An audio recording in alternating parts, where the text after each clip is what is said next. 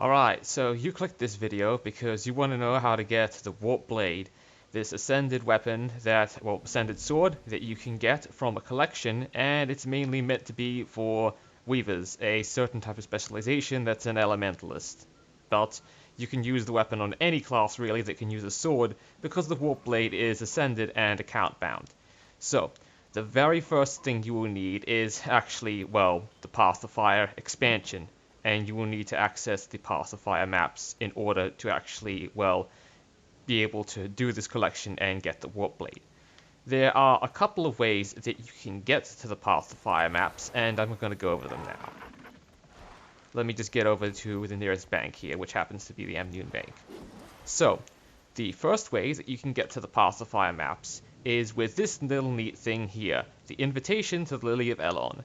It is basically a hub where you can access all kinds of things like guild, bank, mystic forge, merchants. It says all that stuff there, and you double click it and it will take you right over here to this thing here, and then that will basically put you in this map, the Crystal Oasis map, and you'll be good to go. Another way you can get there is by doing the very first Path of Fire story step, which if we just go here, I'm actually on it. So the very first one is just called Sparking the Flame. You just click play through it, and then complete it. I'm actually going to include a link on the screen right now for one of my videos on how to get the Raptor in Guild Wars 2, because that pretty much actually covers how to beat that very first mission, and that might help. The third way you can get to Path of Fire maps is with one of these things, a teleport to a friend stone. Pretty much, you get this out from your bank, or wherever you may hold this. If it's in your inventory, then you're good to go. Then you double-click it while a friend of yours is in a party with you. Then you simply make sure that the friend is somewhere in this map, or any of the Path of Fire maps, preferably near a waypoint. For example, it would be great if they stood near this Amnoon waypoint here, so you can double-click the item, then click their name, then click teleport, and you get a loading screen. Your character will appear near this waypoint, unlocking it so that you can go back here at any point, and ta-da! You have the Crystal Oasis unlocked. Right, so now, now for the next actual, well, now that you're here, you can start on the collection, which I'm going to do. So one of the first things you will need is a sword. It's called Libeh's Truthteller or something like that. I just checked it up beforehand, but I'm just going to bring this collection up again so I know exactly how you spell it. Yeah, like I said, it's actually not Libeh's, it's Libeh's Truthteller. So, as you can see from the text there, this item can be found when identifying gear, rare gear, only, by the way. It won't work if you identify blue or green gear, or it can be purchased from the Black Lion trading post. So that's really simple. What we're just going to do is just go to this dude here, and then just type down truth in the search bar. And there, it shows up. Apparently it costs less than what the daily will give you. So you can just go ahead and then click that, and then click buy. Like, yes, I want to buy it. And then, there you go. You have the item. That's the first part of this collection complete. Moving on, the next one I'm going to cover is the Trophy of the Champion Weaver. And good news is, basically, you need to complete a single race in the Crystal Desert. Any of the races will do, but by far, in my opinion, one of the easiest is the one that spawns right here in Amnoon. So I'm actually just going to sign up for it right now, because I've done this race a few times, and you can see me do it if you haven't done it before, and I'll kind of guide you through it. If you have already done this race and you know how it goes, then I'll include timestamps in the, playback. I'll include timestamps in the playback bar of the video, and you can skip to when this is done. In fact, I'm actually just going to put a cut in the video now so we can get back when the race is actually started. And pretty much here we are, off we go, the race has started. I was a little bit slower there because I didn't want to, start too early and actually have it not count. I think it actually happened for the other person there. It didn't count for them. However, the good news about this race here is that, you can complete it pretty easy with the Raptor, as you can see I'm doing here. And also, to get the item which we're trying to get, which I think is like the, some kind of it's called the Champion of the Weaver, I think? Something Champion of the Weaver. The good thing about it is that it, you don't have to win the race, you just have to finish it. You don't have to finish in first place or anything. You can in fact finish in last place, which I think is really nice and good and friendly to new players. I could, by the way, I could be using the roller beetle for this, but honestly, I'm kind of good with controlling the roller beetle on races such as this one, which weren't designed for it. I'm really not that good at controlling it. Like, I can beat the Brisbane Wildlands race, which is one of like the hardest roller beetle tracks, but not this one for some reason. Oh, by the way, yeah, I'm avoiding those little patches in the ground because there are actually sand sharks below them. And if you stay on them for too long, the sand sharks will come out of the ground, and they'll either instantly knock you off your mount, or they'll do damage to your mount, and your health.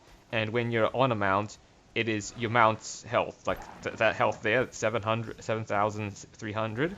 That's actually not my actual character's health, that's the health of the mount, and if that gets reduced to 0, I will be knocked off. Yeah, here I'm actually quite lucky because the forge there was concentrating on the Choya for a few seconds and wasn't shooting me. Oh, by the way, generally you want to get the third Raptor Mastery might help with this. Canyon long jumping, it'll allow you to jump further, and that will allow you to win the race more. But apparently this time no one else has really started racing with me, so this is really, really easy to win.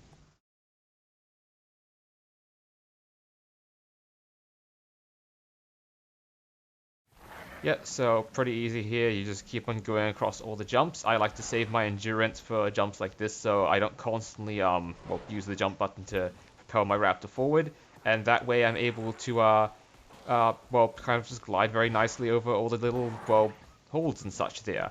Here comes a bit more of a difficult part. This is near the end of the race, by the way. You're almost finished. You want to just do it one quick jump to get over the fence here, then another here, then another across here, and then you can kind of keep running. You may need to practice that a little, and you may fall off the first time, but like I said, all you have to do is complete this race event, and then you will get the thingamajig. Yeah, and here's the finish line, which I will finish in first place because no one else was racing, and you can easily beat the NPCs. Yeah, so now, just going back to the collection quickly. And this is the thing, yeah, it's a trophy of the champion weaver. This is the thing you want, which you will get from the race. By the way, what you want to do is, like, if you don't get it immediately, all you have to do is you have to wait until the actual event here finishes, and then you will get this item. And since that's basically, I've already got this, I don't need to wait around for this, I can immediately go to the next step. So, the next thing I'm going to cover is a Pyre Gall, which drops from a hydra in any crystal desert maps. So, I've actually made a video on how to defeat hydras already, so I'm going to link that on screen now, but I'm going to quickly cover them as well in this video if you don't feel like clicking on another video and kind of going back and forth and all that kind of stuff. Oh yeah, by the way, this orange circle here pretty much shows the area you must be in when the race event finally finishes to get the item. If you run out of there, you won't get it, but I already have it, like I said before, so I don't really need to do that, so I can pretty much ignore that. So the reason why I'm kind of going over to vaguely this portion of the map, the north portion, or I guess northeast, is because I know that some hydras spawn in that location. So yeah, I'm going there to pretty much hunt one because it's part of this collection. Now, when it comes, in fact, yeah, here's one. It always spawns right near the hero point here. So if you wanted to do the hero point, then, well, it'd be an excellent chance to go and kill a hydra while you're at it. By the way, this may not be the case for you, but for me anyway, I find it easier to face branded hydras compared to regular hydras because they seem to just attack a little slower and stuff. Yeah, as you can see, hydras are very, very deadly and very, very annoying. They'll have a bunch of attacks. One of them is where they will kind of rear up their head and call down meteors from the sky to hit you. If one of those hits you, it will generally knock you down unless you have stability, which negates that. It's doing it right there. Another attack they'll do is where they'll charge at you, like that. But you don't really have to dodge that. You can kind of just vaguely move out of the way and they won't be able to hurt you. And then they also have an ability where they'll kind of just lower their heads and they'll breathe fire at you. And that can also knock you over. They're generally really, really annoying, and the only reason why I'm defeating this one with such ease is because, well, actually, I don't know. Trust me, when I've been off camera, for some reason, I've done way worse against hydras. It just so happens that this time, I'm kicking its ass for some reason, and I don't know why. Yeah, it's also it's kind of annoying if there's other enemies involved in the fight as well, such as the sand lion here. But yeah, there you have it. The hydra is defeated. And even got a slightly rare item off that enemy, but that actually isn't too rare. That the digested boots may be like a yellow grade, like yellow coloring, which means it's a rare item. The game says it's rare, but trust me when I say it's not rare. So there, I just needed to defeat that sand lion, and now I'm going to avoid this random forge patrol, which now also wants to kill me because the forge are the bad guys in a lot of crystal desert maps. So there, that would pretty much cover how to beat a hydra, but I'm now going to just put a cut in until I go and find a branded hydra, because their attacks are slightly different, and I wanted to cover them as well in case you find killing one of those easier, because I actually got that item off a branded hydra. It doesn't matter what kind of hydra you kill. Oh, you can also find ice hydras in the Lonely Riverlands map, but I don't recommend facing them because they are harder to beat. So I get back to you once I found that branded hydra. And I'm back. So, pretty much the place I go on was over here. I went to the Augury Shadow Waypoint. It's pretty easy how you get there. You just follow this path here down from Amnoon, go down here past the Destiny's Gorge Waypoint, and then there will be like one of those portal things there that will take you to the next map that'll take you here, and then you just cross this single bit of branded territory, and you end up here. And we're going over generally in this direction, east in the map. And in fact, I actually already saw a branded hydra just in the distance, wandering around. Like, yeah, there it is. I saw it before when I was walking a little closer, so I'm going to go off to fight it. And also, defeating branded hydras is how you complete the hard in this map, in case you wanted to know. Yeah, so generally the reason why I find them a little easy is because, as you can see there, I think their attacks do more damage, but just in general, this hydra here is taking longer to do all its attacks. Like, they seem to have a longer wind-up time, which I really, really like. And the reason why I find it, well, easier to beat is because, well, if a hydra has a longer wind-up time, it gives me more time to dodge. So it doesn't matter for me anyway, that this hydra does more damage if I can dodge every single attack it throws at me. Oh, by the way, no matter what your class is, in my opinion, anything with so-called minions will make hydra fights much easier. So I'm summoning like an ice elemental, as you can see here, because I'm an elementalist. But if you're not an elementalist, don't worry. Like, if you're a necromancer, summon your minions. If you're a ranger, have your pet help you. If you're an engineer, build turrets. If you're a warrior, unfortunately, you can't summon anything, so just drop a few banners and then smash it good. Yeah. And there you have it. Branded hydra defeated. And that would cover, well, pretty much, well, yeah, that one little item that you need to get. I already forget the name. Item you get off the hydra, we'll just call it that. Okay, so yeah, next. In fact, there are generally two things which you want to get off the desolation, and that is the threat report for elemental confluences, and also a mordant edge which you can buy off one of the heart vendors in the desolation. And trust me when I say you will want to go here, well, generally to the desolation, because the next map, the Dominion of Vabbi, also includes some things you will need for this collection. So I'm generally going to show you how to get to the desolation, because it's not generally, well, the last bit of it isn't as easy as getting to the Lonely Riverlands. Like, I just kind of skimmed over that part and said, oh, you can just get there by following the like the lowermost road. But for the desolation, getting in there and getting to your location is a bit harder. Like, the difficulty really starts ramping up in the Path of Fire maps once you pass the Lonely Riverlands. So what we're generally doing here is just going south along towards the riverbanks, and you want to go across this farmland here, and then generally stick to the roads, because kind of like real life and in the wilderness, I guess, like, roads generally indicate that people have traveled this path and it is generally more protected. Although I guess in this case I just stepped over some kind of splintered landmine which affected my mount with bleed, so maybe it's not all that safe. I don't know. So yeah, the general place we're trying to go is past this statue here, and then you're going to perhaps deal with some, well, drakes here. Well, you can generally avoid them, but the real challenge here are the Awakened. Basically, they're a special type of undead ruled by this one king called Joko. I wouldn't recommend looking it up on the wiki if you're just new to the Pacifier maps, because the wiki will generally spoil a lot about the story, unless of course you don't care about spoilers. Just know for now that they can be kind of deadly. You want to avoid the archers, don't go too near the hive cannons because they will shoot you with bugs, and generally make a beeline for this thing here. As you can see, they knocked me off my mount, but I don't really care because I could just do a single dodge roll and get to the desolation. Yep, now that'll be just a quick loading screen. If it takes too long, I'm going to put a cut in and get past it, but if not, then well, yeah, you can just stick around, I guess. So, now that you're finally in the desolation, you want to grab the very first waypoint, the Bone Strad waypoint, and then you will need to start doing the kind of long-ish trek over to this waypoint here, the Darklands waypoint.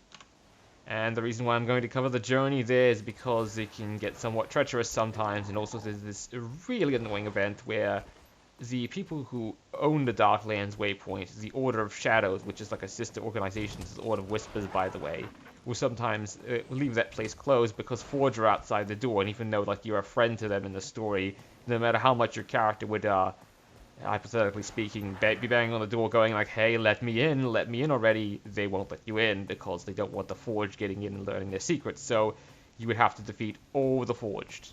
So if the canon event is there, I'll generally show you how to beat it. Yeah, also I guess there's more Awakened here which you want to dodge. Just try and ignore them as best as you can. And I'm actually on purposely going down to this lower part here along this wooden ramp that the Awakened had built, because there are less Awakened patrolling on the ramp compared to the rest of this. And now, the game is going to introduce you to one of my least liked mechanics, and that is Awakened Mines. They are big globby, they're big, they're black looking, they're globby, they're made out of tar, and if you step on one, then oh, I guess I didn't find one there.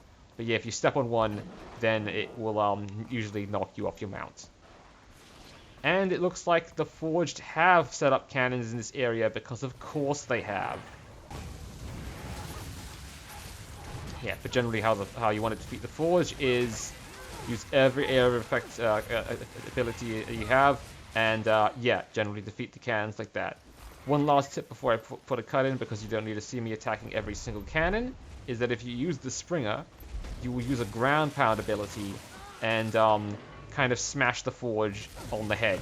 And that's really good for disrupting them and getting an opening, because while they are on the floor, stunned for a few seconds, you can just unload your most vicious attacks at them and then kill them faster. Also, man oh man, do I dislike Forerunners, and you can see why, like just right here. He downed me again, but luckily I had minions with me, so they were able to help me back up. Yeah, so this is generally how you defeat the Forged Cannons. I'll get back to you once they're all defeated, because I need them all going for the Order of Shadows to even open the damn door. So yeah, I'll get back to you when they're dead. And here we are, the Forged are now defeated. And immediately when that happens, all the rest of the Forged in the area will dig themselves underground, even though they're not dredged, the more people of the game. And then you'll be let inside the Order of Shadows base. Oddly enough, unlike some other games, I can't really think of them off the top of my head right now, but you're allowed to use a mount while inside here. And also, that's actually a good point. The game actually kind of made a point there by bringing up this thing where it says there are a few players remaining on this map. Would you like to go to a more populated one? So that can be useful if you're having a heap of trouble defeating the Forged cannons, because if you go to a more populated map, the event there may already be completed, or if it isn't, maybe there's other players there who might help you with it. Yeah, so now that we're here, what you want to do is one of the items I was talking about, the basically the something report you need to buy off Keeper Parrmir. Parrmir. So you will need to do the event here, and the way you complete the event is honestly very simple. You kill Forged. You kill heaps and heaps of Forged. That's really all you do. One of the easiest ways to do it is, well, aside from fighting the Forged, there are a bunch of Forged barricades over here, and you can just attack them, and they'll give you actually a decent amount of progress towards the heart when you do it, oddly enough, even though they don't move, so they're actually really easy to, well, face. Also, don't forget my tried and true tactic if you ever find yourself in a really difficult situation facing enemies. If you manage to kill a single enemy, then you can generally just run away, come back later, and beat them again, because sometimes running away is a good idea, because, well, yeah, you can come back when you're stronger, and then kick all the enemies' butts. Oh, yeah, by the way, that one person, they actually just reminded me of something that could prove really useful. So the first time you come here, there's actually a mastery point which you can access from which you get complete by using a special weapon that the Order of Shadows have helped develop, a sulfur thrower. It works a lot like the flamethrower gadget for the engineer, and you pretty much just go over here and talk to Creator Jetty, and you ask him about special weapons, and then eventually be a dialogue option where you can pick up a sulfur thrower and start using it. And like he suggests, it is actually really, really good at killing the Forged. Another great way of getting the heart done was, if you looked over there, there was actually an event I got silver on for helping Keeper Parrmir generally patrol around the area, because he will attract a lot of other players to do the event, because there is some kind of collection you need to finish, but not this collection, but a different collection to get an Ascender weapon, and you need to complete that by helping Redeemer Parrmir. And Parrmir will also spawn a large number of Forged, which you have other players helping you with to complete the heart. There are two other things you can do besides just generally killing Forged to complete this heart, and that is fixing turrets. You just look for these turrets here around the map, go over to them and fix them. And also, you can pick up these medical supplies here, and then you can run around and find injured Keeper of Shadows recruits, and then you interact with them and basically press the 2 ability on your hotbar, and you will heal them and complete the heart. Right. So now, assuming you have completed the heart, because that's really all there is to it. In fact, real quick, let me just actually complete it so I can show you what you can buy on Redeemer Parrmir's menu, because me just saying, oh, you buy it from him, wouldn't really be, in my opinion, the best way to do this, guys. So I'll get back to you once this heart is done. And the heart is done, like I said I would do. It didn't really take too long. I didn't really keep the exact track of time, but it didn't feel like any longer than 5 or so minutes. So, just going back into the collection again. Yeah, and here, that's the one you need to craft, the Mordant Edge. So you just go over and you buy the Mordant Edge. I can't, because I already know the recipe. And you buy it for around about 8,000 karma and 75 trade contracts, which you probably should have by now, because trade contracts are super easy to come by. The downside, though, is that you will need a level 400 weaponsmith to craft this, and you aren't allowed to buy this off other players or anything like that either, because once you craft this thing, it's either soul-bound or account-bound, so that is really the only way you can get this, unfortunately. And yeah, that's most of the stuff in the... wait, no. Yeah, of course. There's also another thing you also need in the desolation, and that's the Chains of the Unbound Djin. You get that from one of the bounty boards around here. And if you don't know what a bounty board generally is or looks like, I'll show you. So over here, there are bounties, and you can take them if you want, and they'll generally list the names of the thing you have to fight. And you go over to it, press F to interact with it, and then you will take the bounty. Generally, the more embellished ones, like this here, will generally mean it's a legendary bounty, and it's going to be tougher to face, and the other ones will be more likely be a champion bounty. However, as you can see, none of the bounty boards there actually had the right thing, so I'm actually pretty sure that the bounty may spawn over here near the Lair of the Forgotten. And it's a bit of a trek to get there, so I'll show you how to get there, because, well, I don't want to just say you go there, because you might lose your way and fall in some kind of ditch or something, because there is a lot of sulfur around here. Oh, by the way, the Keeper Parrmir, whatever it was called, Redeemer Cossan event did spawn, and it's already going right now. I haven't really covered that because it's just a simple escort and defeat minions quest. That's really all there is to it. There's nothing much about it, really. Yeah. So I'm trying to generally go over here, get another waypoint up north, and then head south from there. And along the way, generally avoiding a bunch of the Awakened, because the Awakened and Forged are in a huge war along Desolation for story reasons, which I won't spoil because you may want to figure that out yourself. You may be actually interested in the story. Right, so at this point you would have gotten that waypoint. I already have. So next, you just wait for your mount's health to recharge again, and go across this bone bridge. You want to be using the canyon long jumping ability to avoid most of the Awakened here. And make sure, this thing here, this is one of the tar mines. So you can avoid it by jumping over it. As you can see there, it exploded. But since I was flying over it with my raptor, it didn't really damage me.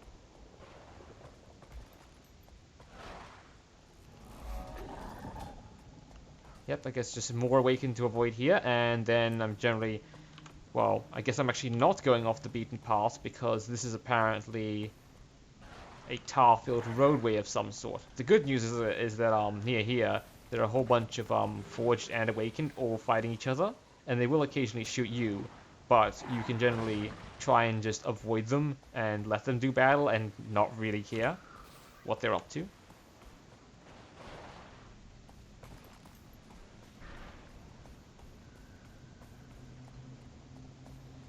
And should be getting there around about now, kind of soonish. Oh, okay. Apparently I veered off course a little. Oh well. It's pretty easy to correct yourself if you ever veer off course like I'm doing now. Just, well, look at the map and generally go in the right direction. You know you're in the right direction when you start seeing all these spirits here. Yeah, and now here you are in the right place, where with the other bounty board. In fact, yeah, that's the one you're looking for. The Azar, the swinging pendulum. I am going to try and cover how to fight him. I'll just need to get a bunch of people together to actually do the bounty. So I'll get back to you when I've got that when I'm doing that. Okay, so you're probably wondering why I'm suddenly playing a different character in this guide on how to get the Warpblade, and that is because it actually took me like a few days later to actually get enough people together to do Azar the swinging pendulum, and that's why I'm playing as a different character. So I'm just going to pretty much voice over this in a program called Dark Audacity, so you know all the stuff. Anyway, when facing the Djin, as you can see from the footage, it'll generally just it'll teleport everywhere, all over the place. You want to stay out of the red circles because the big blue circle actually will hit you with slowness, so that pretty much means that it won't be too bad. You can walk in that generally.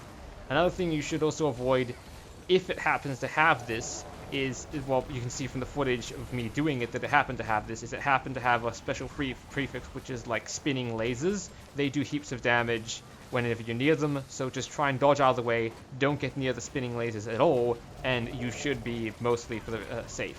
The reason why I say it may have this is because a lot of bounties, such as our swinging pendulum, actually have different abilities each and every time you go and face them. It's randomized.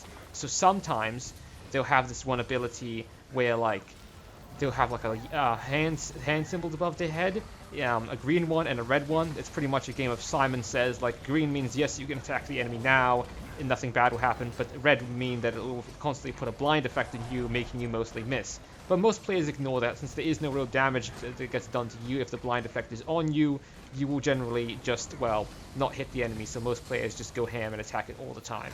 Another great idea, of course, like most enemies, is removing the break bar. It's always good. It'll cause the Djin to just completely stand still and not attack you much.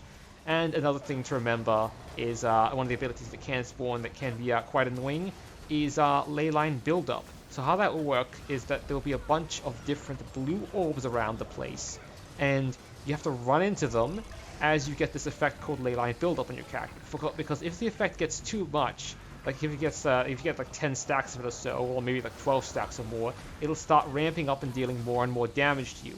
the damage will ramp up so much that you may not be able to out-heal it, and then you might die. So the way to remove that is just generally walk inside the blue orbs, and you get this shielded effect on you called, like, leyline protection or something. Also, as you can see in the recording, which should have popped up generally around, like, right now, is a mordant hydra, so another champion has spawned while we were already facing Azar the Pendulum. It's not good if this happens, as you can see. It was really, really annoying, because he then started casting all kinds of area effect, and he killed many, many of the people that were trying to do the bounty, and almost killed me, I'm pretty sure, a few times as well. If this ever happens, concentrate on whatever champion you were already facing, and try and whittle that one's health down. Don't go and switch to the other one, because as soon as one is dead, you can concentrate on the other. Also, one thing you should generally pay attention to, at least a little bit, not too much, like don't draw your full attention to this, is leyline sparks, or healing coalescences, whatever you call them. The little turquoise things that are walking around that look like electric elementals. You want to kill them if you can and stun them as well. They're basically running towards the Djin and trying to heal him. You don't want that to happen, otherwise the boss fights are going to take too long.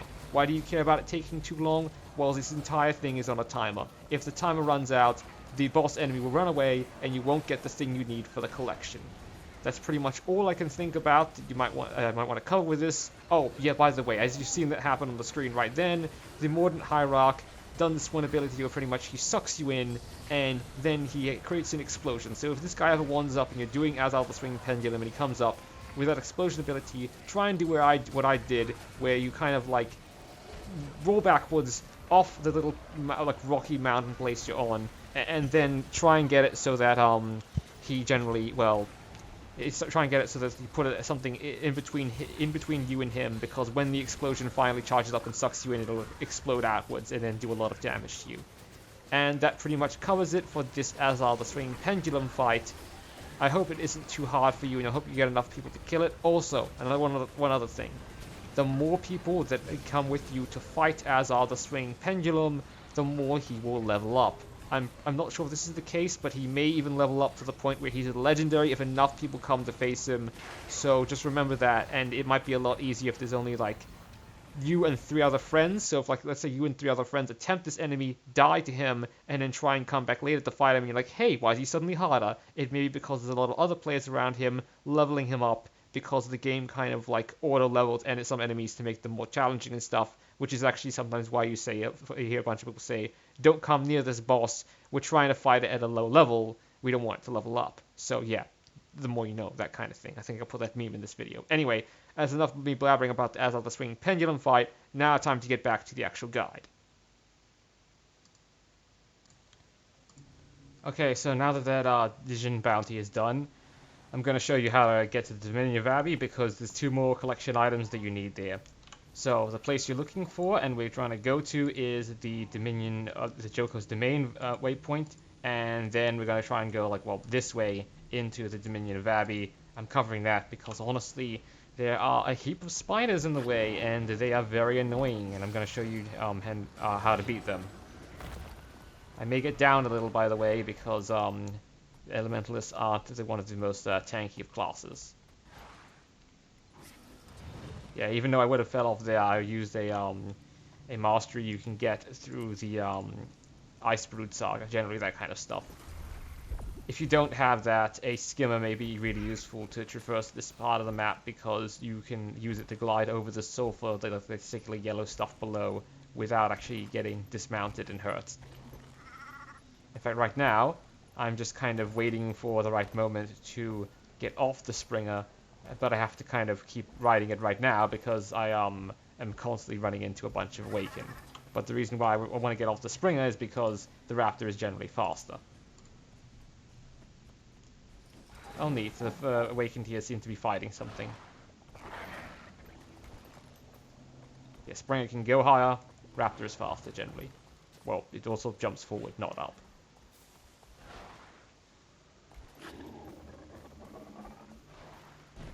Yeah, so the main reason why I'm actually going to the Gw2's Dominion waypoint, even though you needed to take a right in the road there, is because if you die, then you can easily come back here and try again. Yeah, so that's done with. You want to go down this place into the place with heaps of canyon spiders. And here's the trick. You attack the spider webs here without actually running into them. And make sure you don't use any movement abilities that force you to run into them. Because the moment you run into them, all the spiders in the world will just like drop down from the sky and try and kill you. And you can already see how many spiders there are right now and how much of a pain they're being. Yeah, so generally for the spiders, area of effect helps a lot. Any you can muster, just keep on casting it, make the ground like a flame, make there be lightning, just anything you can do to help get rid of the spiders. Also, if you have minions, it will help if they are ranged minions, such as if you're a ranger. Like, for example, if you're a ranger, then it would help if you were using a spike tail, whatever that pink thing is, that you get in the Heart of Thorns maps, because it will attack spiderwebs from range, and then that will not trigger the actual spiders. And thankfully here, it seems that a few of the webs have actually already been cleared by other players, because normally there would be a bunch of webs in the middle there. But this one here isn't. Yeah, in fact, there, see what happened? I hit the web and got stuck on it, and that kind of signals to the spiders, hey, there's food here, just like a real life spider. And then they came down and immediately tried to kill me. Also, I don't happen to have any ways to get out of stun there, so they had just locked me in place. I almost went down there, but I didn't, luckily. Yeah, and now, once you're done with them, make a break for it and just run past all these scarabs and all these awakened, because at least scarabs don't have the ability to, like, force you off your mount. Oh, by the way, if you were thinking I can just mount up and get past the spider webs will even, like, get you off your mount. They're that annoying. Again, the same as before, I don't really care that I'm poisoned here, because I can easily just touch this thing here, and the second I touch the portal thing, like, you immediately end up in the Dominion of Vabbi. Now, normally I'd be putting a cut in here, but I want to show you the 2 locations you'll get to for doing more parts of this collection. I don't want to be just like, well, you go to Vabbi, and then I don't want to just immediately teleport to there and be like, okay, so you go here, I want to show you how to get there. So, the first place you're looking for is this grand old city here. I forget the name of it. That garden, that's the name there, is just the name of the garden inside the grand city. Yeah, so you just take the top pass here. There you get more forged, and you can either, if you have the Jackal Mastery unlocked and you have the Jackal Mount, you can go through there, and it should take you inside the city. But I'm not going to be doing that, because I'm assuming here you might not have the Jackal, because it is one of the more expensive mounts. I think you need like 30 or 10 gold, like a bit of a larger amount than what the skimmer costs and everything. Yeah, so the Awakened here are generally friendly and won't actually attack you, because well, I think they assume that you're in Joko's domain and have passed his bone wall. Generally, anyone past the bone wall is a loyal subject of his, or at least that's what they think most of the time. That's the only real explanation I have of them not attacking you on sight, like they have been in the Desolation all this time. I know, when I first came here, I was like confused, like, why are the Awakened suddenly friendly? Yes, I'm just using the Springer here to jump over the wall. By the way, if you don't have the Springer high jump mastery, you might not be able to get over there. But if you don't have that, don't worry, because that's just one of the entrances that's blocked up. I'm pretty sure, yeah, I think over here, in fact, I might as well just go over there and check. There is another entrance, which I think is open for you to just go inside there. There, and there you have it. Like I said, I knew there was one entrance here that's just plainly open. So, yeah, to get here, you would have just taken a right here and gone up here over these desert hills, and then going in here to get inside the city. And now all you have to do is have a mystic coin in your inventory. Oh, I'm sorry if you don't have it, by the way. You really need to go get it. So things like a bank access golem that you can get if you bought the collector's edition, that will be like around for a week, will help. Or even if you just get your friend to mail you a coin, that will work. because you will need a coin for throwing in the wishing well over here. Yeah, to find it, look for this heart symbol and this garden and cheese run, whatever that is, some kind of adventure apparently. And then you can go here, you press F to interact with it, and you make a wish, and you make the big wish with the mystic coin option. And then you get an item, you click to open it, you get a bunch of karma from it, and then, yeah, that's the, yeah, this one, Wish for Harmony. So, the next two things are also in the Dominion of Vabbi that you need, and that is the recipe for the superior Rune of Water, and the Djin's Royal Ceremonial Ring. To get them, I'm just going to go to, well, we'll assume you've got this waypoint, and you're already, like, almost out of the city, so I'll just go to this waypoint again and jump my way over the wall so it doesn't take forever for me to get back to where I was. Oh, apparently also the gate is open now. This used to be closed. I'm a little confused. Maybe the Awakened can choose to just open it. I've never really experienced that happen before. Anyway, whether the gate was open or not, there would have been a way out of the city, which would have included just going back to the starting waypoint of this map. Up more, north-ish, yeah. Had to blank my mind for a moment. Yeah, so next place we're going to is the Vetendi Academy. Don't just have your map open and run the entire way there, because occasionally you'll come across some quicksand like this. Don't be a hero when it comes to quicksand. Avoid it when you can, and if you end up like thinking, oh, I can just jump over this large patch of quicksand with your mount, you may fall in and then die, because it will like get rid of your mount's health extremely fast, and it'll start doing damage to you. And trust me when I say quicksand is no joke. Yeah, so I'm kind of just ignoring going on all of this winding path here. I'm just using it as a general way to find out where I need to go and pick the direction I need to go. Now, I'm very sure that there's also, there's also a waypoint up north a little bit, which you want to grab, because if you ever defeated at the Vetendi Academy, then you want to come back here as quick as you can. So I'm just going to cover how to get the heart done here, because you need to get the heart done here in order to buy the Djin ring off that one dude. Right, so to get the heart done here, there are a number of things you can do. One of the things is going up to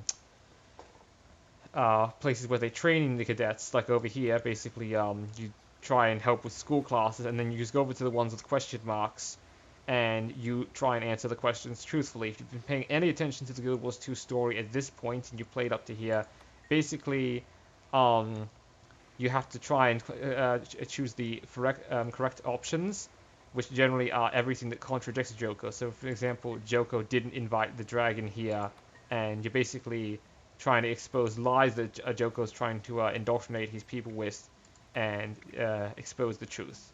And if you choose the wrong one, then you can just choose the right option, because there won't be any penalty for getting it wrong. However, one of my favorite ways to complete this heart here is generally continuously doing a few activities for the different houses. Okay, so I found out how the houses are. This part always confused me a lot for some reason.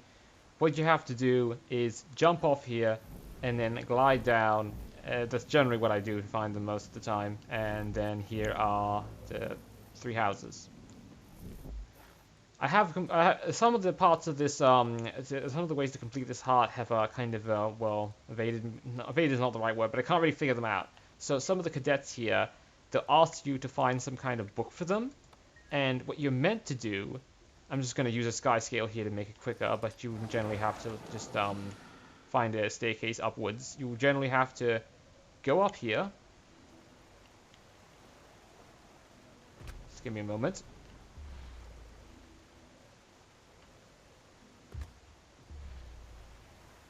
And then immediately turn around and go towards this area here, and you're able to go to these bookshelves interact with them, and take a book from them, and then bring them back to the kids there. However, I haven't really managed to do that because the interaction just generally, I haven't figured out how it works too much. It seems a little wonky. So that's generally not the house I complete, but feel free to look that up on the wiki in case you want to complete it like that. I mean, it helps this house a lot to complete the heart that way. House Rollick, however, you can honestly just go here and continuously pick up the bowl here and just chuck it at the students and just spam this over and over and over because it actually completes a decent part of the heart. If you don't even care about variety and you want to get this done as quick as possible, just spam chuck the bowl over and over and over and over and over until it's finally completed. But if you do care about variety, I'm going to cover like a few other ways. So the last house here, House Ventura. I haven't found too many ways to interact with them so far, but one of the ways is picking up a practice sword over here and sparring with this dude here, the training cadet. So, even though it looks like he's just dodging, he's like blocking normally and you have to strike when he's not blocking, what you want to do is you want to like go over and actually, well, I was trying to press tab to select this, but yeah, you want to select him as an enemy, and then this thing will actually show up here, which shows that he is blocking. So you want to kind of attack when you think this thing is almost over, when he's just about to stand up, otherwise it won't count. You actually, like the way his animations play out doesn't actually affect this at all, so I'll show you what I mean. So like there he's blocking, and then you wait for the right moment to strike, and there actually didn't do it. Yeah, it's generally hard to time this because you have to wait for a short delay on like your stab ability to become active again.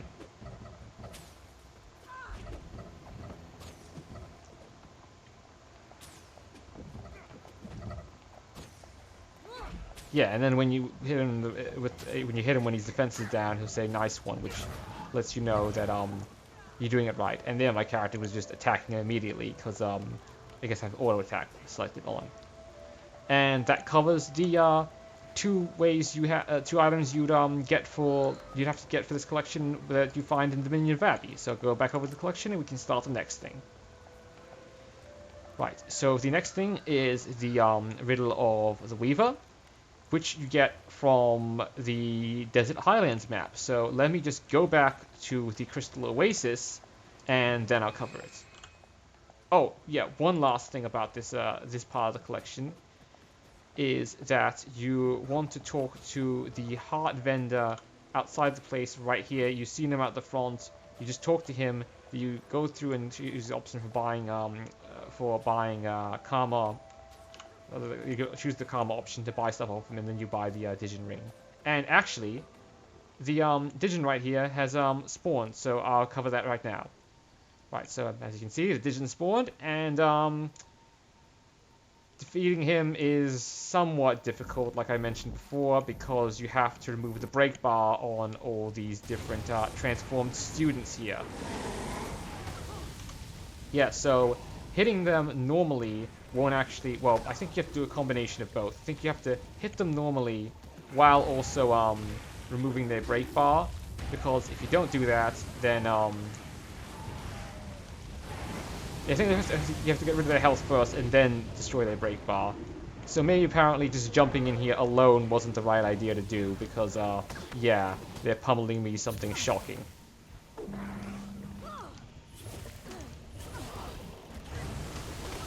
I'll see if I can defeat them though. Oh, that's neat. Apparently, that's a good idea actually, I didn't even think of. So, since I spawned a bunch of lesser ice elementals, or at least one here, it's now creating ice fields on the floor, basically smacking the floor, and yeah, applying the ice effect is a good way to get rid of break bars. So as you can see, I'm actually completing this very, very quickly. Even though all the transformed cadets are really smashing me around here, I'm able to just out-heal it all because, well, yeah, I'm an elementalist and I'm attuned to water right now, so neato. Also, just so you know, each transformed cadet will complete, once you've dealt with them, they'll complete 10 of the Djin's influence. It starts off at, I think, 100%, and then it will go down to 0. So this shouldn't take long at all, but I'm still going to put a cut in here so you don't have to see me defeating the last few Transformer Cadets, because I've already told you what to do, yeah. So I'll see you when I'm actually fighting the Djin. And here I am in the actual fight with Djin, and he's immediately, like, the first thing he loves to do is attack you right away with things that actually act a lot like the hydra meteors that come down, if you remember me mentioning that at the start of this collection, at the start of this guide. So yeah, you really don't want to get hit by them. Also, just like his transformed cadets, he also has a break bar, and it is a really good idea to get rid of that, because when you do, he gets stunned for a really long time, as you can see here, and then you can just pummel him with all the abilities at your disposal. His charge attack, where he races forwards, is actually, oddly enough, easier for me to dodge, like that one right there. It's easier for me to dodge that compared to the Forged Forerunners. Yes, a regular old Forged Forerunner is apparently actually more trouble for me to face than this veteran Djin for an event, which honestly I find kind of baffling.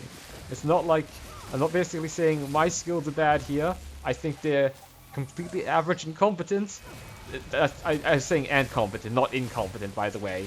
But just for some reason, I struggle less on this guy, which I just find that funny. Yeah, so once you defeat him, like so, which I've proven you can now do solo, but it will help you a lot more if you defeat him with a friend, then you just click on this reward here, and then you will get your little thingamajig that you need, the Rune of Water, which you can then actually use, by the way, to learn how to craft a Rune of Water if you are an artificer or something like that. Yeah, so now that's covered. Time to go to the Desert Highlands, because that's the next part of the collection. You will need the Riddle of the Weaver, I'm pretty sure it's called. So yeah, I'll show you how to get to the Desert Highlands now, real quick. And if you already know how to get there, then you can just skip that part by using the time code in the video playback bar, like I've mentioned before. So I'll see you then. Okay, so for our little trek to the Desert Highlands to get the Riddle of the Soul Beast, I'm just going to assume you've gone back to the noon waypoint, because you would have probably unlocked it for the very start of this collection thingamajig guide thing. Yeah, so first thing you immediately want to do is just head out the front door of noon here. Yeah, so pretty much what you want to do is just head up to the you're heading kind of north towards this part of the map. And you're looking for this one road that will lead you up to the Temple of Parrmir if you haven't been there before. And then once you're there, you'll be able to get this one waypoint, and then just take a sharp left and then head directly north. Yeah, but I mean, I might as well cover exactly how to get there, so you know. I could have sworn this bridge was actually broken before. Maybe I'm just remembering a different bridge. A lot of bridges in this game. A lot of bridges in Path of Fire maps that are broken, by the way. A lot of things that break them too. Forged, Awakened. Generally all the enemies of the enemies of you in this game will do that. And I think I actually covered this in one of my previous videos, where like this place is apparently being attacked by the Forge so far. But looks like there's actually another player doing the event here, but I joked about in one of my other videos that you can pretty much leave them to their fate and doom them, because you're interested about a collection here, not helping them.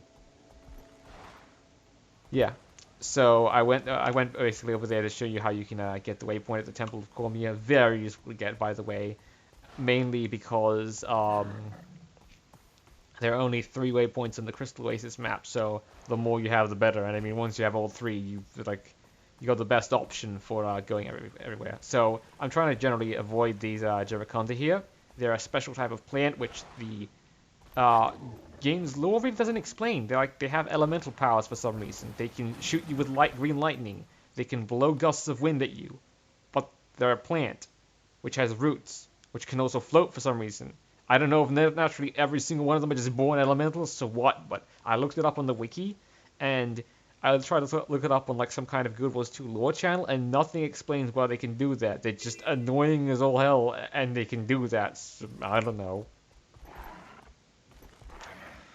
And what do you know? There's actually another event going on here, where a bunch of Awakened are attacking the camp. But who cares about that? We're here for the collection, so just jump over the gate like I did there, and ignore them all.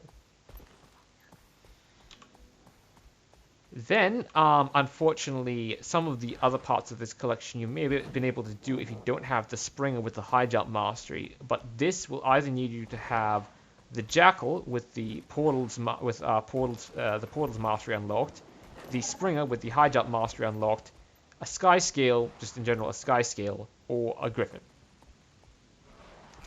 So what I'm trying to do here is avoid the Jericunda because they are annoying little twats, as I mentioned before, and I'm using that ability again to kind of launch myself off the raptor and get up on top of this big stone here, because I'm pretty sure there aren't any Jericunda over here, and I'm trying right now to get myself over here. In fact, I'm just going to get on a Springer now because I'm pretty sure there are some easier ways to get where I'm going. And by that I mean easier cliffs to climb, not as high. Very sure, like some. See, that's what I was looking for. These cliffs here, like as you can see, they there's more of them, and they're smaller. There's more cliffs clumped together, and they're smaller, so it will be much easier to get over them with a Springer instead of painstakingly trying to jump over some extremely high cliffs where you may smash your buddy's head on it, or just not get up to it at all. And all the enemies up here, like sand lions and stuff, generally, as soon as you are, use the Spring as a jump ability and going upwards, they won't bother you much. Especially like if you're traversing long vertical distances, enemies in this game are terrible at following you, so I wouldn't pay them too much mind. Yeah, then once you're over here, you can fling yourself off and activate your gliding ability. If you don't have the endurance gliding mastered, then go down. Just take your time getting down here because you will need to go all the way down here. I'm just hurrying it up by letting my character free fall here without gliding all the way down because that would take far too long. Yep, then you land in this pleasant puddle of water over here, and the Springer pretty much, I mean not Springer, but Skimmer pretty much is needed for this next part of the collection. But don't worry, very soon I will have a guide on how to get one of those as well, soon. Yeah, so we're just going over here, and we're trying to get to some giant urns over here, which I have no idea why they're there. It's actually fascinating to me. I don't know why they're there, like lore-wise. I've thought, like, who placed them here? Was it a bunch of giants? But I'll leave my speculations and musings for maybe another video. Most likely not, because it's honestly me just going, who put them here, and that's it. Yeah. And then we're going to want to go inside here, and there'll be a little dwarven chest waiting for you. Oh, and apparently we'll actually need the Jackal Mastery to get that this little Riddle the Soul Beast, because you will have to be forced to take a sand portal to get inside here. Well, you'll be forced to take it, or you can complete this step by using a teleport to a friend stone, like I mentioned at the very start of the video, because they can use their Jackal to get inside here, like so, and then you can teleport to them and get to this Rune Fortress chest. So yeah, pretty much that's it. You open up the Rune Fortress chest. Right, so that's all you need to do in the Desert Highlands. For the next part of this collection, it includes a caffeinated skritt, but the places most people like to hunt the caffeinated skritt is back at the Crystal Oasis, so I'll just go back there. There are a few locations in the Desert Highlands, but for some reason the Crystal Oasis is the unofficial place everyone tags and hunts the skritt, so you're better off just going there to find it, because it doesn't matter where you find the skritt. By the way, this is the thing we're looking for, the glowstone amulet, which you get off the caffeinated skritt. So I'll put a cut in and get back to you once the loading screens are finished and I'm actually back at M noon. Okay, so here we are at the last and final part of this collection. I know it's been going on for ages, but trust me when I say it's almost done. You're almost able to get your sweet Ascended Warpblade. So the last item on the list that we'll need is this, the Glowstone Amulet. Drops for Elementalists from a caffeinated skritt on any Crystal Desert map. That may sound like a complete bunch of gibberish to you, but I'll explain it right now. So the first thing it means is that, actually for this entire collection, you must be an Elementalist. This Glowstone Amulet too. So unfortunately, if you got a character you're really good on, and you want to play them more, such as a Warrior Berserker like I have, that I'm better than an Elementalist on, you won't be able to do this part of the collection, unfortunately. In fact, the heap of these things all need you to be an Elementalist. I'm pretty sure I mentioned this before. The other thing is that it drops from a caffeinated skritt. What is a caffeinated skritt? Well, it's actually, as the name suggests, it's a skritt. It's a veteran skritt that will constantly try and run away from you, and it's hyped up on coffee. Hence the name caffeinated. They spawn in a number of locations, and I'm going to go over those locations real soon, but here are some general tips to help you find it. So the first thing is, pay attention to the map in general, for things such as this over here. For example, there's someone called commander called Daylight Princess, and they're wandering around here, probably doing the hero point. If you see a commander at any of the locations I'm about to point at real soon, then that probably means they're going and hunting a caffeinated skritt. The next thing to remember is that for some reason, most people always go and hunt the caffeinated skritt on this map here, the Crystal Oasis map. They generally don't do it much in the Desert Highlands or Lonely Riverlands or any other map. Also, another general tip. I do not recommend doing the caffeinated skritt or trying to hunt it in the Desolation or the Dominion of Vabbi. The reason why is because the Dominion of Vabbi is a huge map, and generally anywhere you go down this section of it will start getting you zapped by branded lightning from the sky unless you're on a skimmer or you got an overhanging piece of something, like let's say an archway hanging over your head, to block the lightning from hitting you. The Desolation is just a sulfur-fueled hellhole that I wouldn't want to hunt a skritt on if someone were willing to give me 10 gold in-game. And I'm totally truthful about that. Next, we have the Lonely Riverlands. That can be a kind of okay location to hunt one, and the Desert Highlands, that's okay too, and so is the Crystal Desert. The Crystal Oasis. People generally usually hunt the skritt in the Crystal Oasis. However, when looking up any of those skritt hunting locations, what you can do is you can go into the Looking for Group tab, click on the Path of Fire tab here, and then scroll down and generally go down and look at all the people listing stuff here. So there's apparently a legendary bounty train going on there. There's not really anything except for the meta happening in the Lily Riverlands, and then I wouldn't even really bother if it's a Desolation and then the Dominion of Vabbi. Right, now I'm actually going to go and show you the locations the skritt spawns, but only really for the Crystal Oasis, because if you want to look up the other locations with, let's say you'd only really want to do them if you were going with a friend or two, because you're generally going to need 3 or so people to kill this skritt, because it is generally quite fast and that kind of stuff. I done it with 2 people very recently, me and this one other person, but the skritt almost got away and we didn't catch it, and this thing is a pain to spawn. It hardly ever spawns, so that's why you'd want at least 3 people, you and 2 other friends, to go and hunt the skritt. So I'm now going to put a cut in and get back to you once I'm at each of the individual little different locations, so I can show you where it spawns. Oh yeah, one last thing before I go to each individual locations. People are usually asking in the map chat if anyone's seen the caffeinated skritt, and people are usually nice enough to call it out and saying, I'm hunting the caffeinated skritt now, come to wherever I am, and then they might even invite you to a party, but let's say I want to invite this person, you can just, that's whispering. If you right click their name, you can, well, I guess I can't invite this person for some reason, but yeah, this join squad button is sometimes invite someone to a party, but I can only join squad here because they've already got a squad already built up and they have a commander title on. Right, so enough blabbering, I'll get to the actual skritt locations right now. Right, so the first location, and it's also super annoying because there are generally these sand eels everywhere which will try and just kill you over and over and over again. This place is generally completely filled with enemies, is the empty quarter over here. That point of interest will show you generally where it is, and then afterwards you're looking for pyramid stuff and stuff like that, like where this person that's crying, whatever her name is, we don't really care about her. You just look generally underneath the little stone pyramids here. Also the one where that person just named Citizen. Apparently they don't even have a name, they're just a citizen.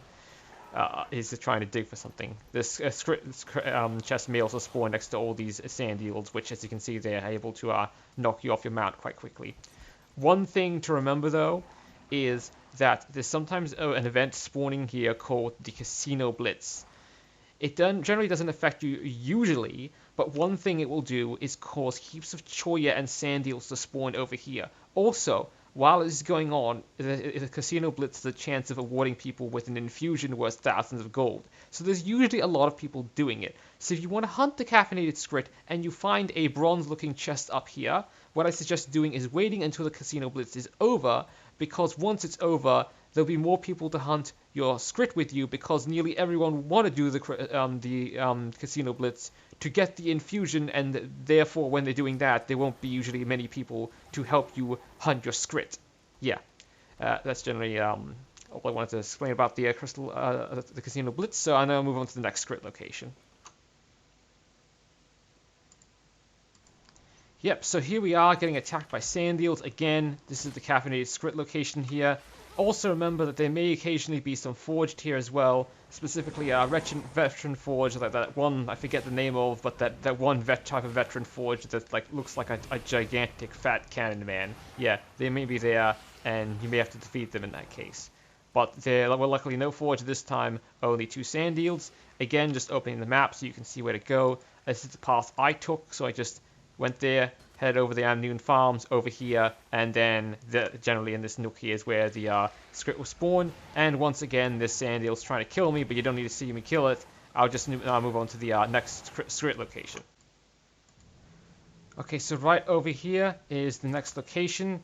It is over here, right here, the Ormramba Sand Sea is where you want to go, and then down there, a little bit south, and then you get here. And of course, like always, there are sand eels, some kind of sand eel. There's a sand elvers, normal just sand eels waiting for you, ready to attack you, because sand eels are just the worst, and they always will be. So the thing to remember about this location here is that you don't want to go up on top of either of these 2 cliffs here. You want to just stay right in the middle here and look for the skritt. Oh, also I figured out recently that the skritt don't always spawn in the same kind of chests. I'll include a link to the wiki article below showing you images of what the chest looked like and where you can find the skritt. But there's sometimes that spawn in a more branded looking chest, sometimes a more copper looking one, and it may be even different than that. I haven't seen any different looking chests other than the branded and the copper one though. Anyway, enough about that. I'm now going to put another cut in and get back to you once I'm at the next skritt location. Okay, so even though I'm not at the skritt location, I just want to show you how you have to get over here across to this thing called the tetrahedron, because it may not be the most self-explanatory thing in the world, and it may be actually a bit difficult to get there. So here's what I like to do.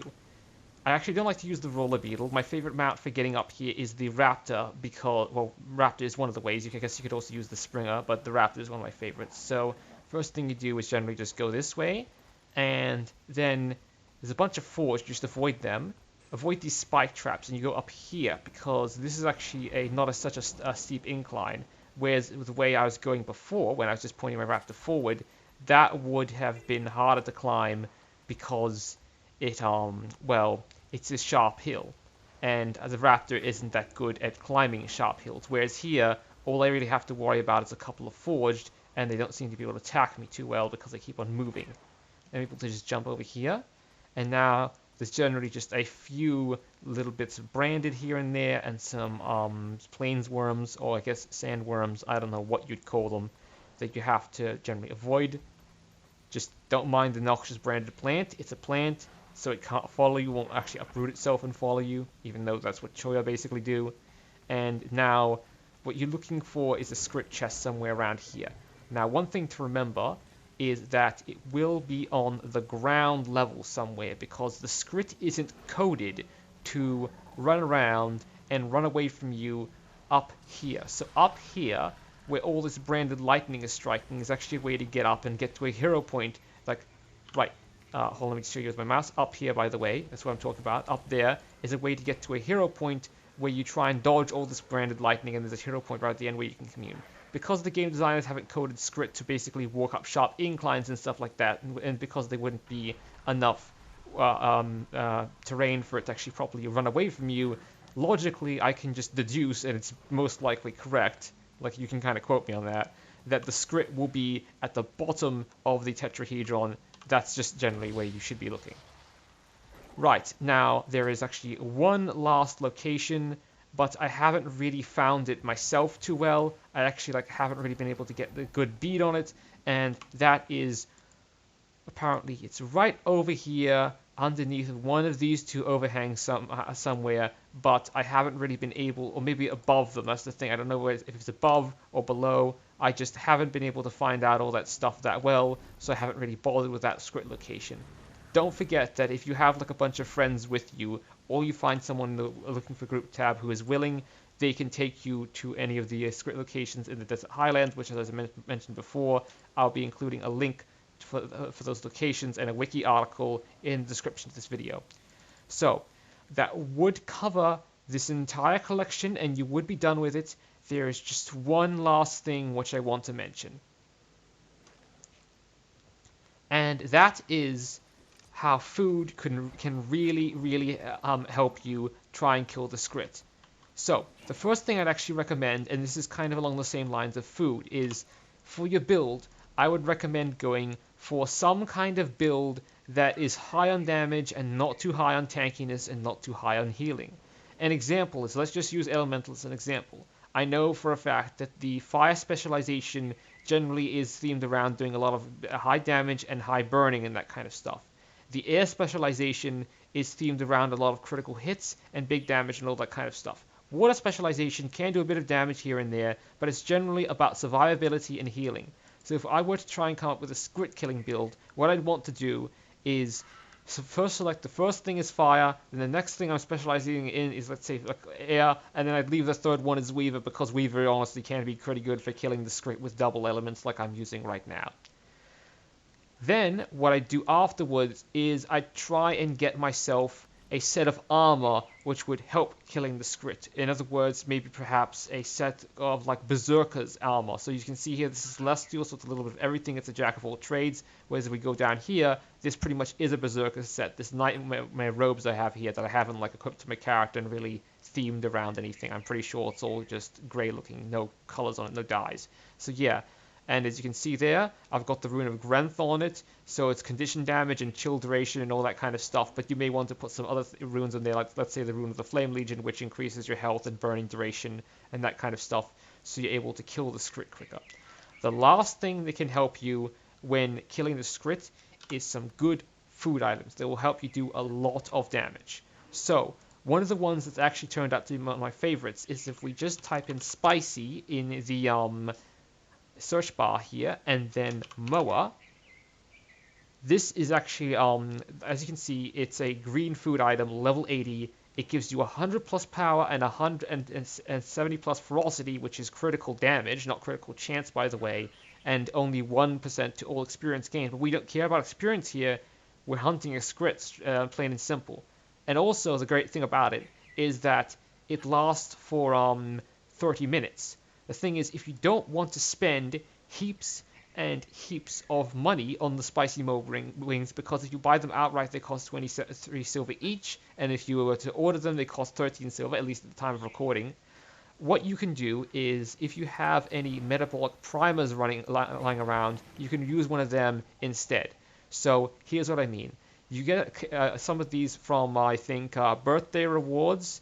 Not really login rewards, but there are some achievements where you can get as well. Basically, how this works is that you eat it, and then any food you eat after, when you use it, and any food you eat afterwards will then give you, it'll make that food last a full 12 hours, which can be very good if you are trying to hunt the skritt. One last thing is I'd recommend looking up an actual YouTube guide of someone attacking the skritt, because you'll be able to see the mechanics of how you fight the skritt a lot better. Some things to look out for is the fact that if you run very close to it, it sometimes chucks these vials, and if one hits you, it'll turn you into some kind of animal, like a lion cub or something. When you are a lion cub, you move generally slower, but dodge rolling still works. So what you want to do is kind of dodge towards the skritt and try and get in front of it. Another thing that also really helps when hunting the caffeinated skritt is anything that removes its break bar, because once you remove its break bar, it says something like, oh my god, caffeine too much, jittering, and then it'll stay in place. And yeah, abilities like this. So anything that has immobilize, anything that's stun, if you're like, let's say, well, since you have to be an elementalist in this case, this ability here pretty much creates a gust of wind, and if you get the skritt in that, then it'll remove its break bar a little bit. Anything that generally removes its break bar. Also, if you have friends helping you, they don't have to be an elementalist. So an excellent idea, one of the excellent ideas you could use is have a friend who's a berserker, for example. They could try and run in front of the skritt and then smash it in the head with a warrior headbutt to remove its break bar. Also, some mounts can help more than others when getting rid of the skritt's break bar. What I recommend for getting the skritt, though, in my opinion, one of the best mounts is the raptor. And here is the reason why. The roller beetle will send you forward, and yes, lurching yourself forward. In fact, I just show you how it works. Lurching yourself forwards like this can be good for getting rid of enemy break bars, but if you use that, it may send you off course, and you may not connect with the skritt properly, and you may not do enough damage to it. I wouldn't recommend the Springer, because the skritt runs pretty fast and may be able to outrun you on the Springer. The Jackal doesn't really do too much damage to break bars. The Warclaw pretty much has a worse version of the Raptor's mount engage ability. The Skimmer healed stuff. The Griffin might work, but you kind of need to get up in the air and fly down onto it, and I don't have much practice with the Griffin. And the Sky Scale creates a flame field. So in general, I just recommend the Raptor, and its tail whip engage ability. This one, in other words. And yeah, just try and get near the skritt and engage it with the raptor ability. However, if you are facing the skritt in areas such as over here, where I faced it once, where there's a bunch of branded stuff, and let's say you're walking in the branded stuff and you're in combat for a long time, don't bother running all the way over here just to get out of combat to run back in to try and hit the skritt with your mount engage skill. Just hit it with some kind of other disable ability, or if you can't manage too much of that, just deal as much damage as possible to down the skritt as quick as possible. And once it does, it'll also drop a bunch of loot behind in kind of a trail as you attack it and deal damage to it, which you can then grab. And it'll also drop coffee at the end, which increases your critical chance, your precision, which oddly enough might actually be useful for getting the skritt, but it only drops it after you're dead. So it's kind of like the game going, haha, here's your item for getting this enemy. Oh wait, it's already dead. That kind of stuff. Yeah. So that covers this guide. I hope it was in-depth. I hope it didn't take too long.